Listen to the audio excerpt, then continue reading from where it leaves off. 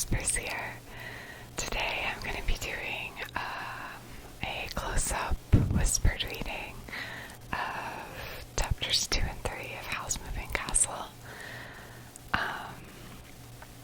Hopefully I'll get through it and it'll be quiet. I was going to record earlier when it was super quiet outside and the lighting was great, and then my computer decided not to cooperate, and now my upstairs neighbors are moving around a lot, so I don't think you guys can hear it, but I'll check later and see what's going on. I'm trying a new microphone setup. I have Zoom H4n, and from what I've read, it doesn't do binaural, but when I do side to side, it does seem to do a pretty good job, so I'm going to be going side to side and hoping it comes out binaurally. Yeah, so here goes. So, in case you didn't watch the last video, or if you forget what was happening, so Sophie, main character of Howl's Moving Castle, Sophie was put to work in an apprenticeship in her father's hat shop. And when we just ended chapter 1, Sophie had gone to Market Square to visit her sister Letty, and Letty had just told Sophie that she was in fact not Letty. So, chapter 2, in which Sophie is compelled to seek her fortune. What? Sophie stared at the girl on the stool opposite her. She looked just like Letty. She was wearing Letty's second best blue dress, a wonderful blue that suited her perfectly. She had Letty's dark hair and blue eyes. "I am Martha," said her sister. "Who did you catch cutting up Letty's silk drawers? I never told Letty that, did you?" "No," said Sophie, quite stunned. She could see it was Martha now. There was Martha's tilt to Letty's head, and Martha's way of clasping her hands round her knees with her thumbs twiddling. "Why?" "I've been dreading you coming to see me," Martha said, "because I knew I'd have to tell you. It's a relief now I have. Promise you won't tell anyone." "I know you won't tell if you promise. You're so honorable." "I promise," Sophie said. "But why?" "How?" "Letty and I arranged it," Martha said, twiddling her thumbs, "because Letty wanted to learn witchcraft and I didn't. Letty's got brains, and she wants a future where she can use them. Only try telling that to Mother. Mother's too jealous of Letty even to admit she has brains." Sophie could not believe Fanny was like that, but she let it pass. "But what about you?" "Eat your cake," said Martha. "It's good." "Oh, yes, I can be clever too. It only took me 2 weeks at Mrs. Fairfax's to find the spell we're using. I got up at night and read her book secretly, and it was easy, really. Then I asked if I could visit my family, and Miss Fairfax said yes.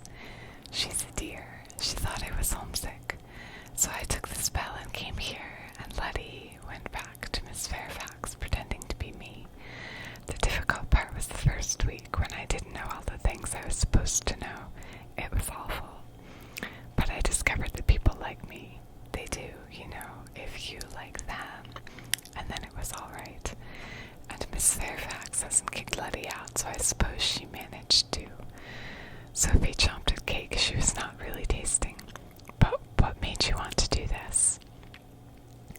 Martha rocked on her stool, grinning all over Letty's face, twirling her thumbs in a happy pink whirl. "I want to get married and have 10 children. "You're not old enough," said Sophie. "Not quite," Martha agreed. "But, you see, I've got to start quite soon in order to fit 10 children in.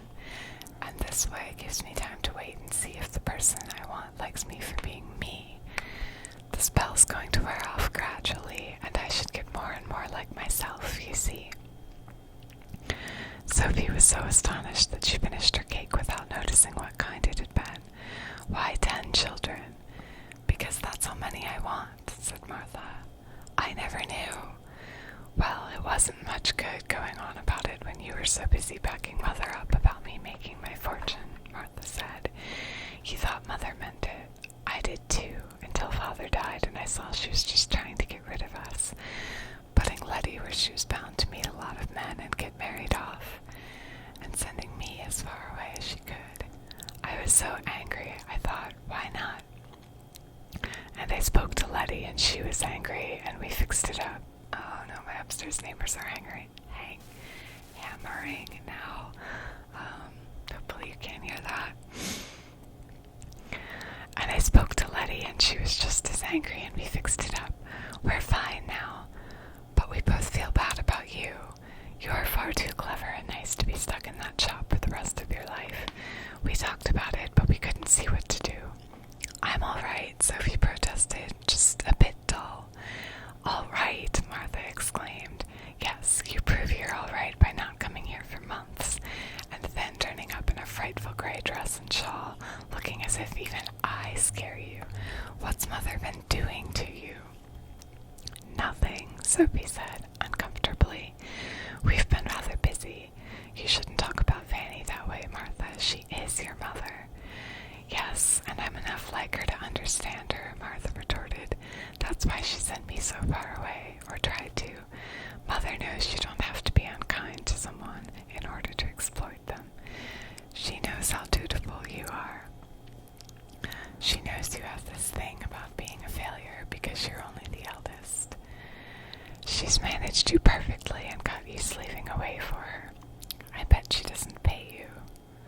I'm still an apprentice, Sophie protested. So am I, but I get a wage. The Cesaris know I'm worth it, said Martha. That hat shop is making a mint these days, and all because of you. You made that green hat that makes the mayor's wife look a stunning schoolgirl, didn't you? Caterpillar green. I trimmed it, said Sophie. And the bonnet Jane Ferrier was wearing when she met the nobleman, Martha swept on. You're a genius with hats and clothes, and Mother knows it. You sealed your fate when you made Letty that outfit last May Day. Now you earn the money while she goes off gadding. She's doing the buying, Sophie said. Buying, Martha cried. Her thumbs whirled. That takes her half a morning. I've seen her, Sophie. She's off in a hired carriage and new clothes on your earnings, visiting all the mansions down that valley. They're saying she's going to buy the big place up at Vale End and set up in style. And where are you? Well, Fanny's entitled to some pleasure after all her hard work bringing us up, Sophie said. I suppose I'll inherit the shop. What a fate, Martha exclaimed. Listen. But at that moment, 2 empty cake racks were pulled away at the other end of the room, and an apprentice stuck his head through from the back somewhere. Thought I heard your voice, Letty, he said, grinning in the most friendly and flirtatious way. The new baking's just up. Tell them. His head, curly and somewhat flowery, disappeared again. Sophie thought he looked a nice lad. She longed to ask if he was the one Martha really liked, but she did not get the chance. Martha sprang up in a hurry, still talking. I must get all the girls to carry all these through to the shop, she said. Help me with the end of this one. She dragged out the nearest rack, and Sophie helped her hump it past the door into the roaring, busy shop. You must do something about yourself, Sophie, Martha panted as they went. Letty kept saying she didn't know what would happen to you when we weren't around to give you some self-respect. She was right to be worried. In the shop, Miss Cesare seized the rack from them in both massive arms, yelling instructions in a line. People rushed away past Martha to fetch more. Sophie yelled goodbye and slipped away in the bustle. It did not seem right to take up more of Martha's time. Besides, she wanted to be alone to think. She ran home. There were fireworks now, going up from the field by the river where the fair was, competing with the blue bangs from Howl's castle. Sophie felt more like an invalid than ever. She thought and thought most of the following week, and all that happened was that she became confused and disconnected,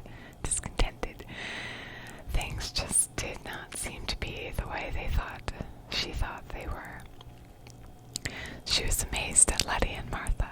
She had misunderstood them for years.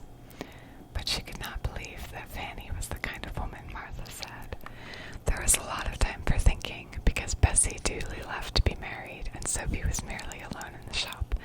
Fanny did seem to be out a lot, gadding or not, and trade was slack after May Day.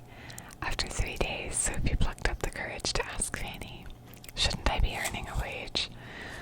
"Of course, my love, with all you do," Fanny answered warmly, fixing on her rose-trimmed hat in front of the shop mirror. "We'll see about it as soon as I've done the accounts this evening." Then she went out and did not come back until Sophie had shut the shop and taken that day's hats through to the house to trim. Sophie at first meant to have listened to Martha, but when Fanny did not mention a wage either that evening or any time later that week, Sophie began to think that Martha had been right. "Maybe I am being exploited." She told a hat she was trimming with red silk and a bunch of wax cherries.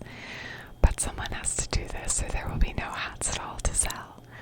She finished that hat and started on a stark black and white one, very modish, and a quite new thought came to her. "Does it matter if there are no hats to sell?" she asked it. She looked round at the assembled hats on stands or waiting in a heap to be trimmed. "What good are you all?" she asked them. "You certainly aren't doing me a scrap of good." And she was within an ace of leaving the house and setting out to seek her fortune, until she remembered that she was the eldest and there was no point. She took up the hat again, sighing. She was still discontented, alone in the shop the next morning, when a very plain young woman customer stormed in, whirling a pleated mushroom bonnet by its ribbons. "Look at this," the young lady shrieked. "You told me this was the same as the bonnet Jane Ferrier was wearing when she met the Count, and you lied. Nothing has happened to me at all." "I'm not surprised," Sophie said, before she had caught up with herself.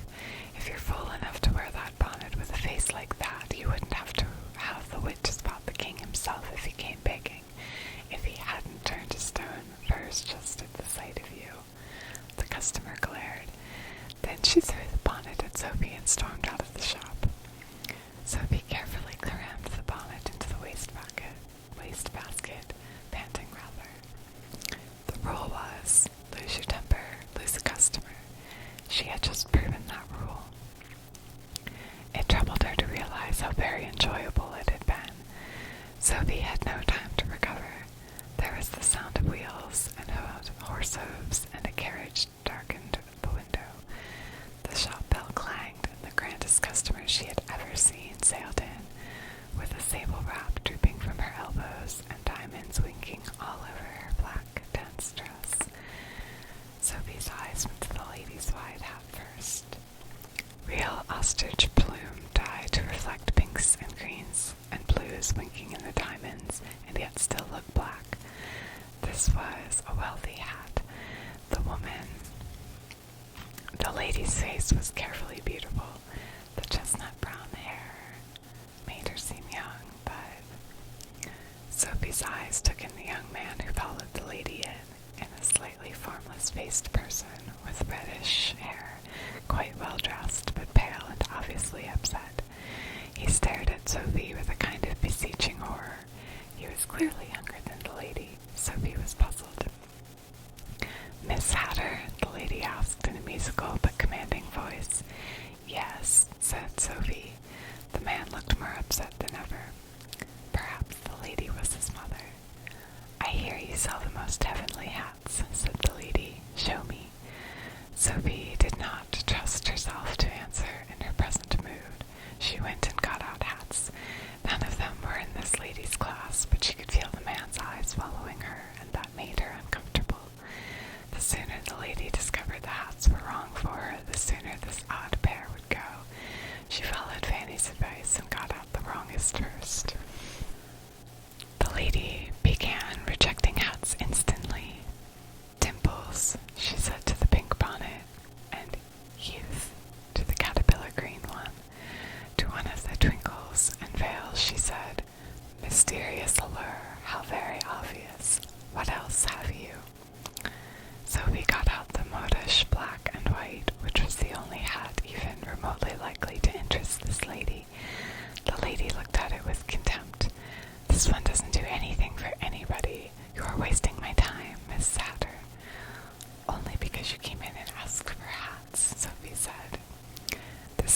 a small shop in a small town, madam.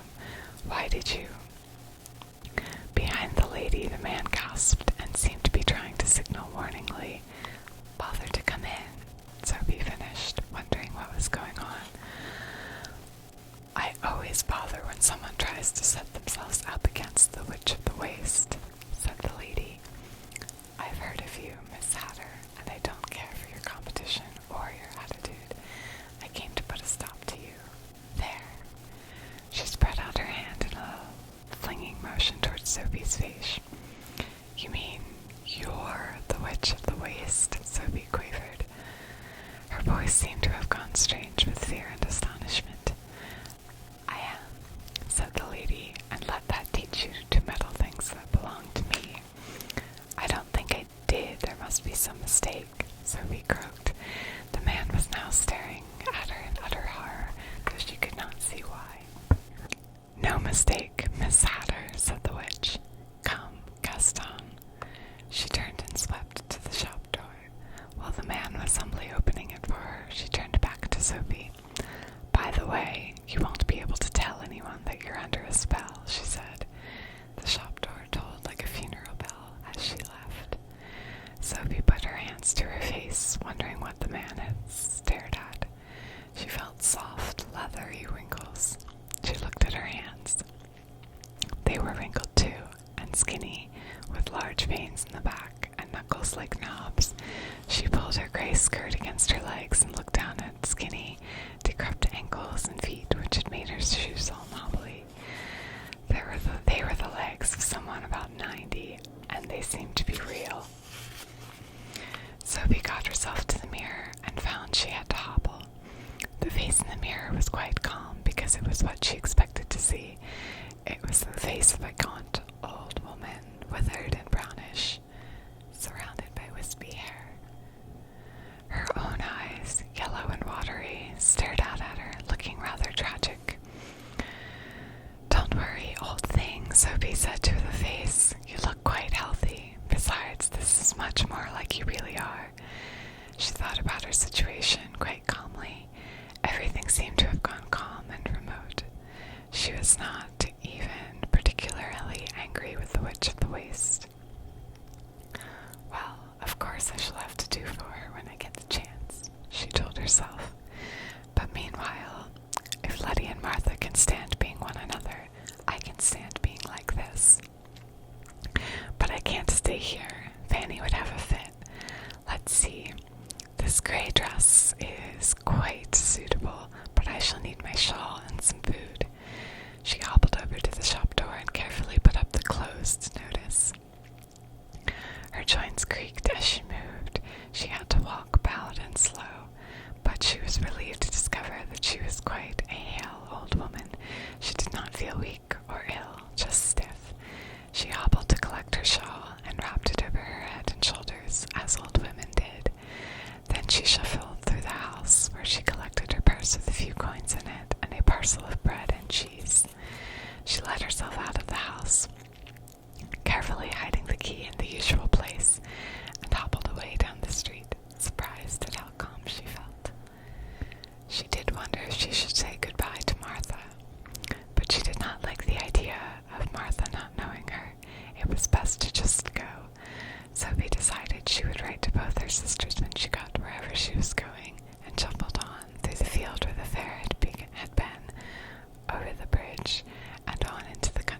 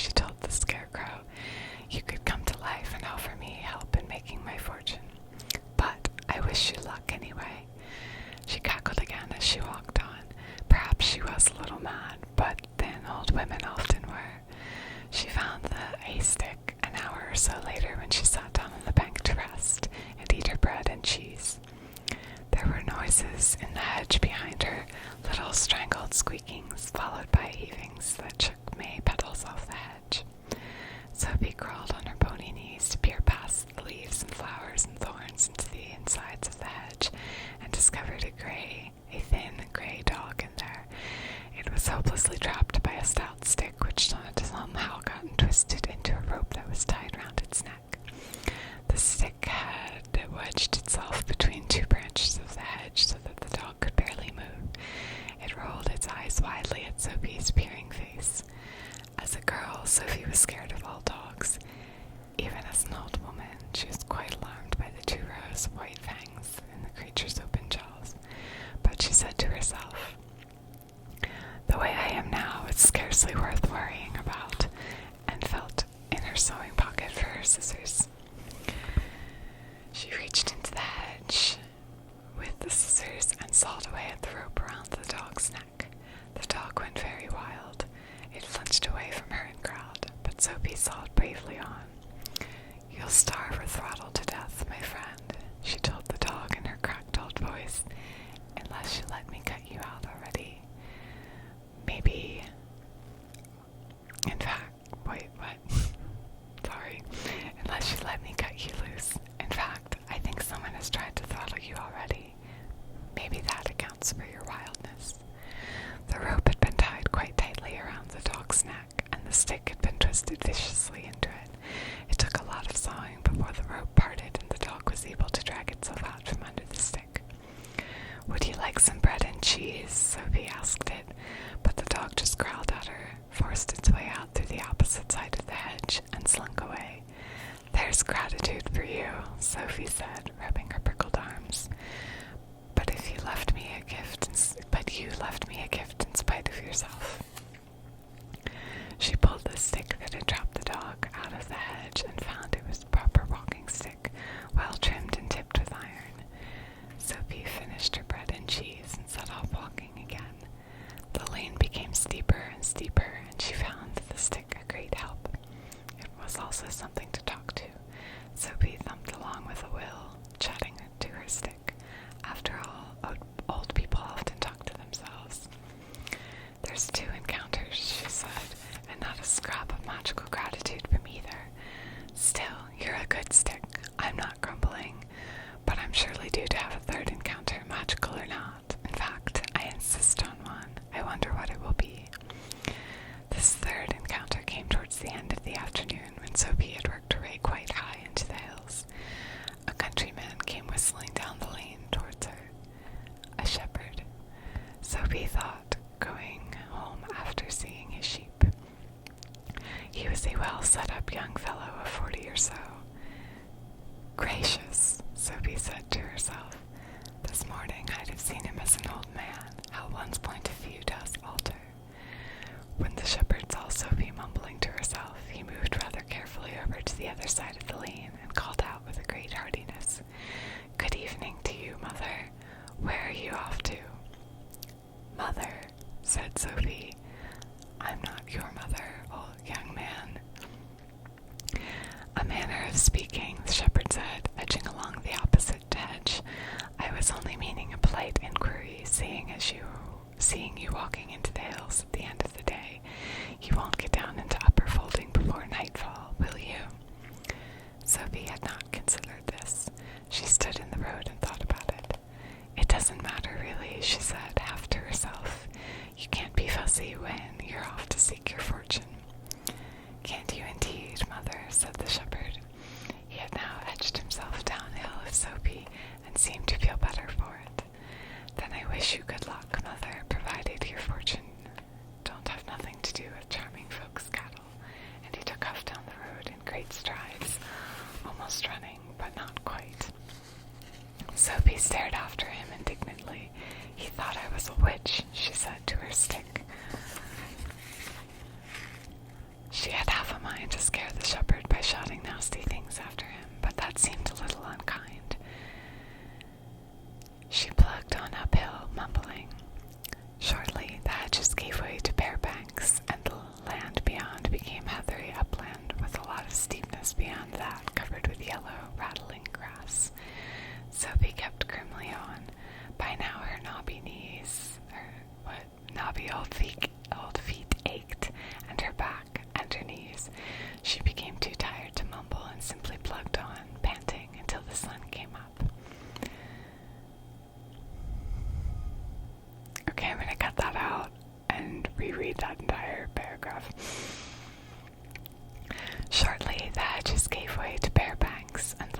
beyond became heathery upland with a lot of steepness beyond that, covered with yellow, rattling grass. Sophie kept grimly on. By now, her knobby old feet ached, and her back, and her knees. She became too tired to mumble, and simply plugged on, panting, until the sun was quite low. And all at once it became clear to Sophie that she could not walk a step farther. She collapsed onto a stone by the wayside, wondering what she would do now. "The only fortune I can think of is a comfortable chair," she gasped. Sorry.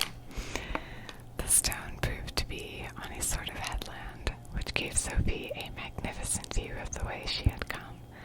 There was most of the valley spread out beneath her in the setting sun, all fields and walls and hedges, the winding of the river, and the fine mansions of rich people glowing out from clumps of trees right down to the blue mountains in the far distance. Just below her was Market Chipping. Sophie could look down into its well-known streets. There was Market Square and Cesari's. She could have tossed a stone down the chimney pots of the house next to the hat shop. "How near it still is," Sophie told her stick in dismay. "All that walking just to get above my own rooftop." It got cold on the stone as the sun went down. An unpleasant wind blew whichever way Sophie turned to avoid it. Now it no longer seemed unimportant that she would be out in the hills during the night. She found herself thinking more and more of a comfortable chair and a fireside, and also of darkness and wild animals. But if she went back to Market Chipping, it would be the middle of the night before she got there. She might as well just go on. She sighed and stood up, creaking. It was awful. She ached all over. "I never realized before what old people had to put up with," she panted as she labored up the hill. "Still, I don't think wolves will eat me. I must be far too dry and tough. That's one comfort." Night was coming down fast now, and the heathery uplands were blue-gray. The wind was sharper. Sophie's panting and the creaking of her limbs were so loud in her ears that it took her a while to notice that some of the grinding and puffing was not coming from herself at all. She looked up blurrily. Wizard Howl's castle was rumbling and bumping towards her across the moorland. Black smoke was blowing up in the clouds from behind its black battlements. It looked tall and thin and heavy and ugly and very sinister indeed. Sophie leaned on her stick and watched it. She was not particularly frightened. She wondered how it moved. But the main thing in her mind was that all that smoke must mean a large fireplace somewhere inside those tall black walls. "Well, why not?" she said to her stick. "Wizard Howl is not likely to want my soul for his collection. He only takes young girls." She raised her stick and waved it imperiously at the castle. "Stop!" she shrieked. The castle obediently came to a rumbling, grinding halt about 50 feet uphill from her. Sophie felt rather gratified as she hobbled towards it. And that's the end of chapter 2. I'm gonna reset my computer because the camera keeps sort of falling and I keep losing the angle. Hey guys, I'm back. I switched to facing the other direction to read chapter 3 so that I would have better light to read by. But you can't see my pretty bookshelf or anything behind me. It's just my vacuum cleaner in the edge of my kitchen and my cat's litter box, which is lovely, but oh well. So, chapter 3, in which Sophie enters into a castle and a bargain. There was a large black door in the black wall, and the black wall facing Sophie, and she made for that, hobbling briskly. The castle was uglier than ever close to. It was far too tall for its height, and not a very regular shape. As far as Sophie could see in the growing darkness, it was built of huge black blocks like coal, and, like coal, the blocks were all different shapes and sizes. Chill breathed off of these blocks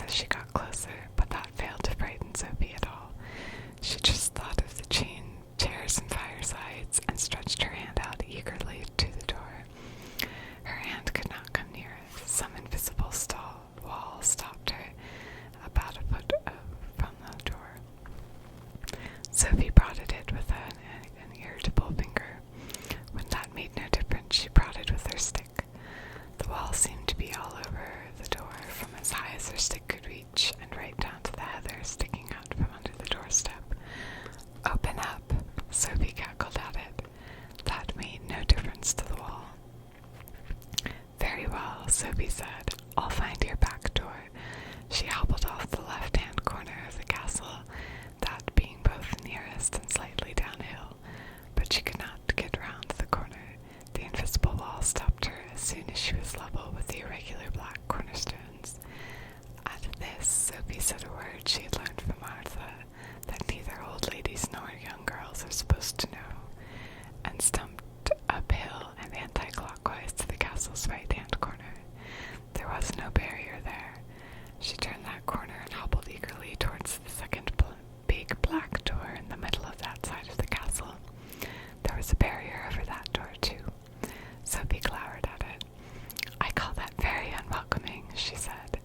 Black smoke blew down from the battlements and the clouds. Sophie coughed. Now she was angry. She was old, frail, chilly, and aching all over.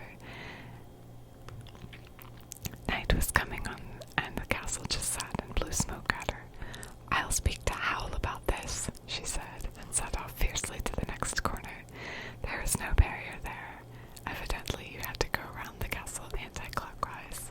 But there, a bit sideways, in the next wall, was a third door. This one was much smaller and shabbier. "The back door at last," Sophie said. The castle started to move again as Sophie got near the back door. The ground shook, the wall shuddered and creaked, and the door started to travel away sideways from her. "Oh, no, you don't," Sophie shouted. She ran after the door and hit it violently with her stick. "Open up," she yelled. The door sprang open inward, still moving away sideways. Sophie, by hobbling furiously, managed to get one foot up on its doorstep. Then she hopped and scrambled and hopped again, while the great black rocks round the door jolted and crunched as the castle gathered speed over the uneven hillside. Sophie did not wonder the castle had that lopsided look. The marvel was that it did not fall apart on the spot. "What a stupid way to treat a building," she panted as she threw herself inside it. She had to drop her stick and hang on to the open door in order not to be jolted out again. When she began to get her breath, she realized there was a person standing in front of her, holding the door too. He was a head taller than Sophie, but she could see he was the merest child, only a little older than Martha, and he seemed to be trying to shut the door on her and push her out of the warm, lamp-lit, low-beamed room beyond him into the night again. "Don't you have the impudence to shut the door on me, my boy?" she said. "I wasn't going to, but you're keeping the door open," he protested. "What do you want?" Sophie looked round at what she could see beyond the boy. There were a number of probably wizardly things hanging from the beams. Strings of cushion, of onions, bunches of herbs, and bundles of strange roots. There were also definitely wizardly things like leather books, crooked bottles, and an old, brown, grinning human skull. On the other side of the boy was a fireplace with a small fire burning in the grate. It was a much smaller fire than the smoke outside suggested, but then this was obviously only a back room in the castle. Much more important to Sophie, this fire had reached the glowing rosy stage with little blue flames dancing on the logs, and placed beside it in the warmest position was a low chair with a cushion on it. Sophie pushed the boy aside and dived for that chair. "Ah, my fortune," she said, settling herself comfortably in it. It was bliss. The fire warmed her aches, and the chair supported her back, and she knew that if anyone wanted to turn her out now, they were going to have to use extreme and violent magic to do it. The boy shut the door. Then he picked up Sophie's stick and politely leaned it against the chair for her. Sophie realized that there was now no sign at all that the castle was moving across the hillside, not even the ghost of a rumble or the tiniest shaking. How odd. "Tell Wizard Howl," she said to the boy, "that this castle's going to come apart round his ears if it travels much farther." "The castle's be spelled to hold together," the boy said. "But I'm afraid Howl is not here just at the moment." This was good news to Sophie. When will he be back? She asked, a little nervously. Probably not till tomorrow, the boy said. What do you want? Can I help you instead? I'm Hal's apprentice, Michael. This was better news than ever. I'm afraid only the wizard can possibly help me, Sophie said quickly and firmly. It was probably true, too. I'll wait, if you don't mind. It was clear Michael did mind. He hovered over her a little helplessly, to make it plain to him that she had no intention of being turned out by a mere boy apprentice. Sophie closed her eyes and pretended to go to sleep. Tell him the name's Sophie, she murmured. Old Sophie, she added, to be on the safe side. That will probably mean waiting all night, Michael said. Since this was exactly what Sophie wanted, she pretended not to hear. In fact, she almost certainly fell into a swift doze. She was so tired from all that walking. After a moment, Michael gave her up and went back to the work he was doing at the workbench where the lamp stood. So she would have the whole night shelter, even if it was on slightly false pretenses, Sophie thought drowsily. Since Howl was such a wicked man, it probably served him right to be imposed upon. But she intended to be well away from here by the time Howl came back and raised objections. She looked sleepily and slyly across at the apprentice. It rather surprised her to find him such a nice, polite boy. After all, she had forced her way in quite rudely, and Michael had not complained at all. Perhaps Howl kept him in abject servility. But Michael did not look servile. He was a tall, dark boy with pleasant, open sort of face, and he was mostly respectably dressed. In fact, if Sophie had not seen him at that moment carefully pouring green fluid out of a crooked flask into black powder in a bent glass jar, she would have taken him for the son of a prosperous farmer. How odd. Still, things were bound to be odd where wizards were concerned, Sophie thought. And this kitchen, or workshop, was beautifully cozy and very peaceful. Sophie went properly to sleep and snored. She did not wake up when there came a flash and immediate bang from the workbench, followed by a hurriedly bitten off swear word from Michael. She did not wake when Michael, sucking his burned fingers, put the spell aside for the night and fetched bread and cheese out of the closet. She did not stir when Michael knocked her stick down with a clatter, reaching over her for a log to put on the fire, or when Michael looked down into Sophie's open mouth and remarked to the fireplace, She's got all her teeth. She's not the witch of the waste, is she? I wouldn't have let her come in if she was, the fireplace retorted. Michael shrugged and picked Sophie's stick politely up again. Then he put a log on the fire with equal politeness and went away to bed somewhere overhead. In the middle of the night, Sophie was woken by someone snoring. She jumped upright, rather irritated, to discover that she was the one who had been snoring. It seemed to her that she had only dropped off for a second or so, but Michael seemed to have vanished in those seconds, taking the light with him. No doubt a wizard's apprentice learned to do that kind of thing in his first week, and he had left the fire very low. It was giving out irritating hissings and poppings. A cold draft blew on Sophie's back. Sophie recalled that she was in a wizard's castle, and also, with unpleasant distinctness, that there was a human skull on a workbench somewhere behind her. She shivered and cranked her stiff old neck around, but there was only darkness behind her. Let's have a bit more light, shall we? She said. Her cracked voice seemed to make no more noise than the crackling of the fire. Sophie was surprised. She had expected it to echo through the vaults of the castle. Still, there was a basket of logs beside her. She stretched out a creaking arm and heaved a log on the fire, which sent a spray of green and blue sparks flying up the chimney. She heaved on a second log and sat back, not without a nervous look or so behind her, where blue-purple light from the fire was dancing over the polished brown bone of the skull. The room was quite small. There was no one in it but Sophie and the skull.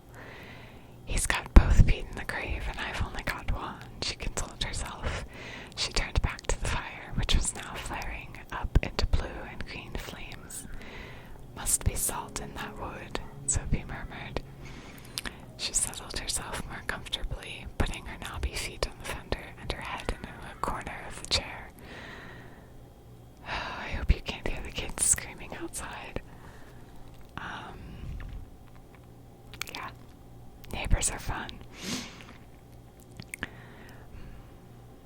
She settled herself more comfortably, putting her knobby feet on the fender and her head into a corner of the chair where she could stare into the colored flames, and began dreamily considering what she ought to do in the morning.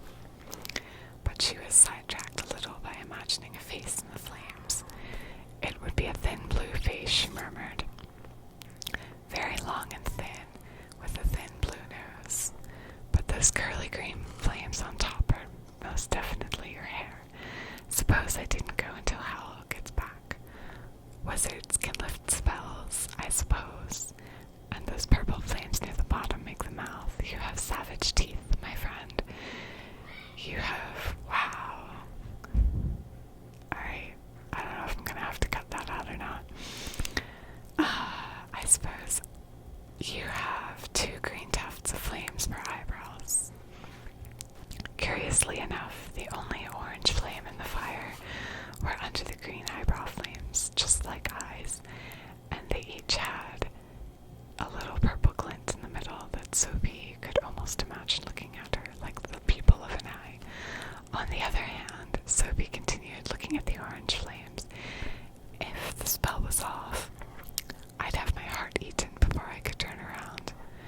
Don't you want your heart eaten? Said the fire. Its purple mouth moved as the words came out. Its voice was nearly as cracked as her own, full of the spitting and whining of burning wood. Naturally I don't, Sophie answered. What are you?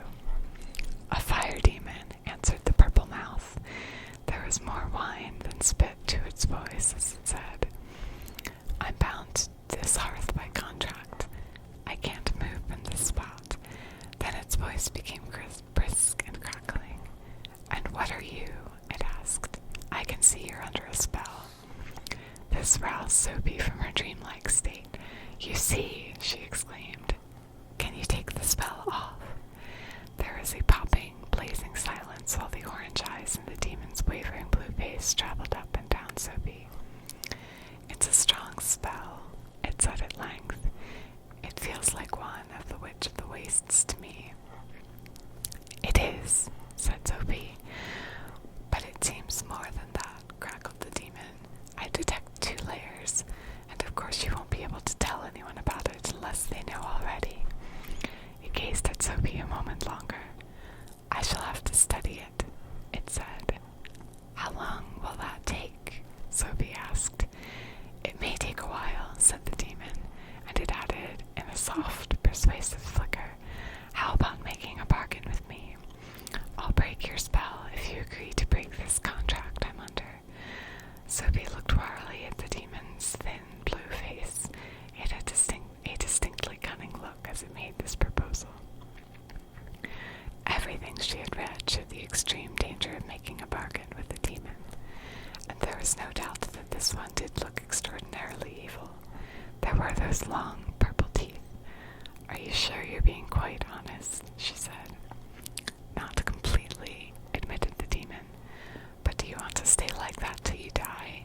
That spell has shortened your life by about 60 years, if I am any judge of such things. This was a nasty thought, and one which Sophie had tried not to think about up till now. It made quite a difference. This contract you're under, she said, it's with Wizard Howl, isn't it? Of course, said the demon. Its voice took on a bit of whine again.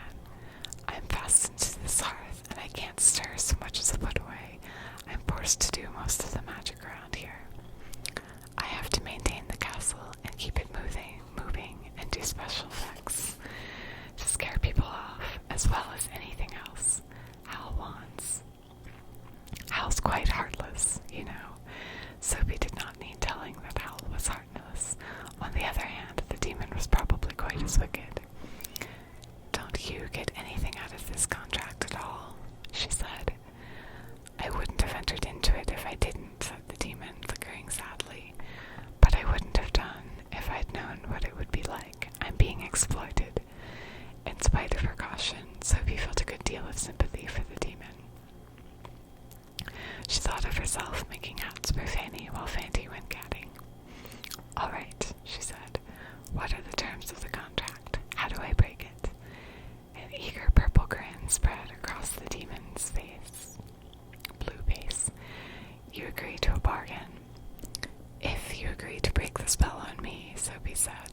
with a brave sense of something fatal. "Done," cried the demon, his long face leaping gleefully up the chimney. "I'll break your spell the very instant you break my contract. Then tell me how I break your contract," Sophie said. The camera's falling. Alright. The orange eyes glinted at her and looked away. "I can't. Part of the contract is that neither the wizard nor I can say what the main clause is." Sophie saw that she had been tricked. She opened her mouth to tell the demon that it could sit in the fireplace until doomsday in that case. Carter going by, I guess I'll see how much my microphone picks up. The demon realized that she was going to. "Don't be hasty," it crackled. "You can find out what it is if you watch and listen carefully. I implore you to try. The contract isn't doing either of us any good in the long run, and I do keep my word. The fact that I'm stuck here shows that I keep it." It was in earnest, leaping about on its logs in an agitated way. Sophie again felt a great deal of sympathy. "But if I'm to watch and listen, that means I have to stay here in Howl's castle," she objected. "Only about a month. Remember, I have to study your spell too," the demon pleaded. "But what possible excuse can I give for doing that?" Sophie asked. "We'll think of one. Howl's pretty useless at most things. In fact," the demon said, venomously hissing, "he's too wrapped up in himself to see beyond his nose half the time. We can deceive him, as long as you'll agree to stay." "Very well," Sophie said. "I'll stay. Now find an excuse." She settled herself comfortably in the chair while the demon thought. It thought aloud in a crackling, flickering murmur, which reminded Sophie rather of the way she had talked to her stick when she walked here, and it blazed while it thought with such a glad and powerful roaring that she dozed again. She thought that the demon did make a few suggestions.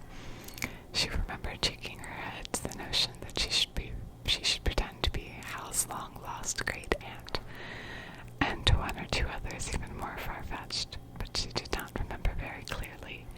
The demon at length fell into singing a gentle, flickering little song. It was not in any language Sophie knew, or she thought not, until she distinctly heard the word saucepan several times, and it was very sleepy-sounding. Sophie fell into a deep sleep, with a slight suspicion that she was being bewitched now, as well as beguiled. But it did not bother her particularly. She would be free of the spell soon. That's the end of chapter 3. Let's see. I think this video is probably long enough. It should be almost an hour. I can't really tell because I had to stop recording a couple times, so my computer doesn't tell me how long it all is until I put the clips together. But yeah, so I'll stop here for today. Next week's spring break, so I should be able to get up the next couple chapters pretty soon. Hopefully. Let's see.